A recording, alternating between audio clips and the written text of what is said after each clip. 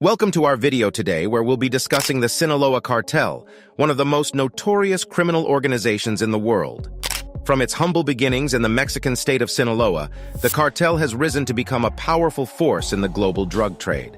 Today we'll be exploring the history of the cartel, its leadership, and its impact on society. So sit back, relax, and let's dive into the world of the Sinaloa Cartel. The beginning of Sinaloa Cartel.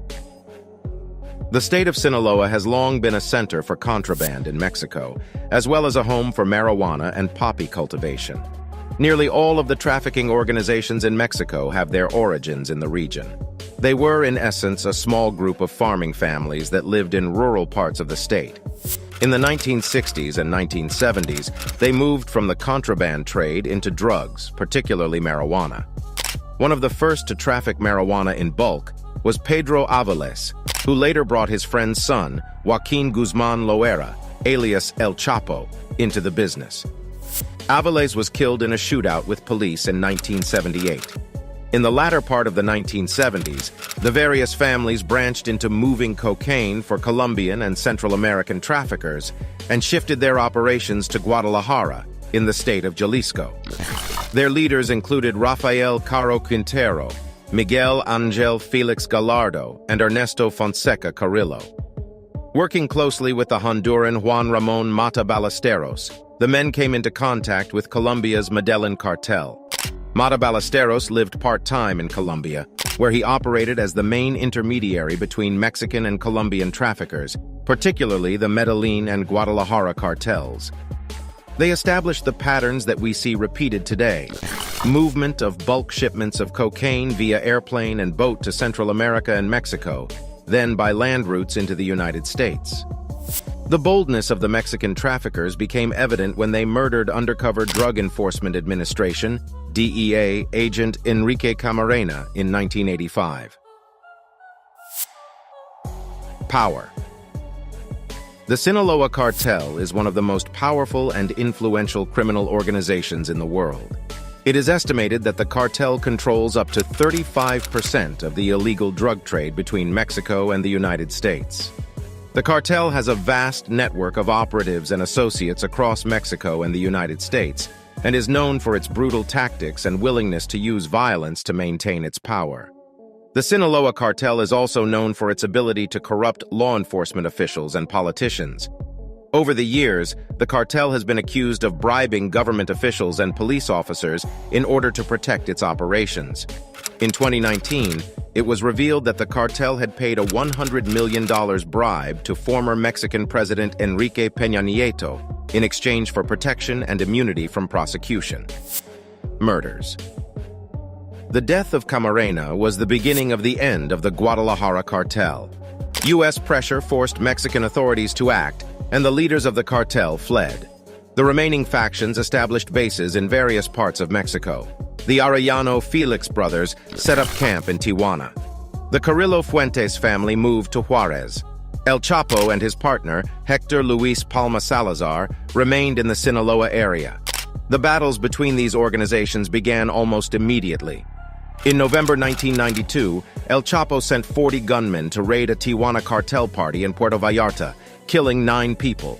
The Tijuana cartel responded by trying to assassinate El Chapo at the Guadalajara airport in 1993, killing a Mexican cardinal instead. El Chapo fled to Guatemala, where he was arrested 2 weeks later. Palma Salazar was arrested in 1995. The operations remained under the auspices of El Chapo's brother Arturo Loera, Ramon Lailla Serrano, and Hector Alfredo and Arturo Beltran Leyva.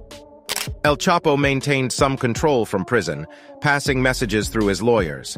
In 2001, he escaped prison and assumed a central leadership role in the organization.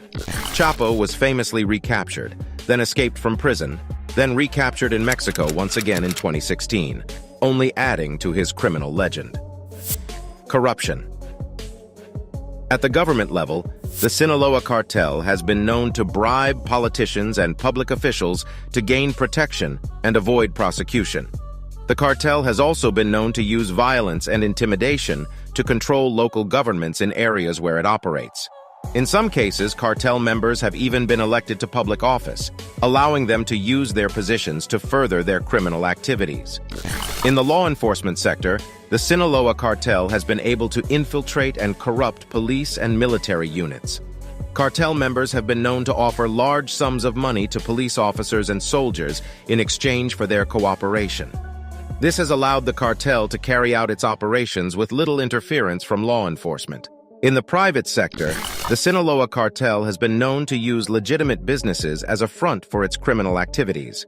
The cartel has been known to launder money through legitimate businesses, such as restaurants and hotels, to conceal the true source of its income. The cartel has also been known to use its financial power to coerce businesses into cooperating with its activities. Overall, the corruption of the Sinaloa Cartel has allowed it to maintain its power and influence in Mexico and beyond. Until the Mexican government takes serious measures to root out corruption at all levels, it is unlikely that the Sinaloa Cartel will be defeated. In January 2017, El Chapo was extradited to the United States. His recapture and extradition has sparked a wave of violence due to internal power struggles within the Sinaloa Cartel and efforts from other criminal groups to expand their operations in the Chapo's absence. Since then, there has been an internal power struggle between Ismael Zambada Garcia, alias El Mayo, and El Chapo's sons, known as Los Chapitos. While the Sinaloa Cartel remains under the leadership of Zambada Garcia, its local bosses have broad decision-making power, which makes it difficult to estimate how much of an overall toll this violence has had on the group. In 2020, divisions between Los Chapitos and El Mayo appeared to worsen, with a number of deadly clashes reported between their supporters, as well as the mysterious assassination of a former top Sinaloa Cartel hitman. In contrast, El Mayo's sons have either all been arrested and jailed in the United States or seem to be lying low. Allies and enemies. The Sinaloa Cartel's central bond is blood.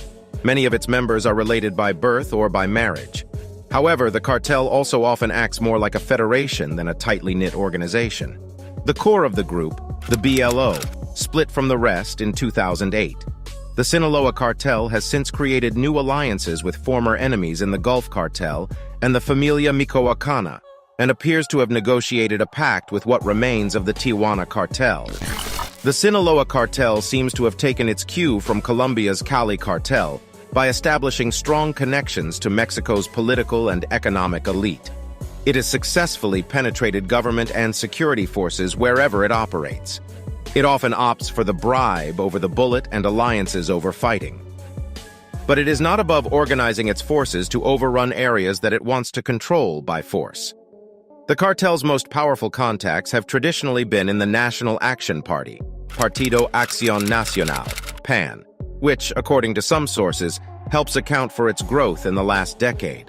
The PAN's Vicente Fox and Felipe Calderón launched numerous offensives against trafficking organizations, and some major leaders have been captured, including Ociel Cardenas Guillen, head of the Gulf Cartel, and Benjamin Arellano Felix, head of the Tijuana Cartel. So strong is the perception that the PAN favors the Sinaloa Cartel that Mexican justice officials issued a press release in 2010 denying it, while the Calderón government produced a video in 2011 with the same intention. Prospects. In recent years, the Sinaloa Cartel has become embroiled in a series of violent turf wars. In 2012, the cartel emerged victorious from a bloody battle with the Juarez Cartel over control of Ciudad Juarez. However, the war with rival cartel the Zetas, who in some regions have allied themselves with the remnants of the BLO, has spread across the country and raged through the states of Sinaloa, Durango, Coahuila, Nuevo León, and Jalisco, even reaching into Guatemala.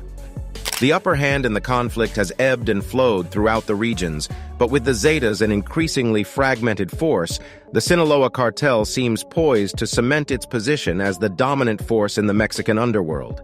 Even with El Chapo in jail for life, the Sinaloa Cartel has remained one of Mexico's most powerful organized crime groups. However, the days of big cartels in Mexico may be numbered. As the country's criminal landscape continues to grow more fragmented, it's unclear if and how traditional cartels will be forced to adapt. In conclusion, The Sinaloa Cartel is one of the most powerful and dangerous criminal organizations in the world. The cartel is responsible for a significant amount of the illegal drug trade between Mexico and the United States, and is known for its willingness to use violence and corruption to maintain its power. The Sinaloa Cartel has been involved in a number of high-profile conflicts and corruption cases over the years, and its influence continues to be felt throughout the region. So that's all for today's video. Thank you for watching, and be sure to subscribe to my channel and smash the like button. We will see you in the next video.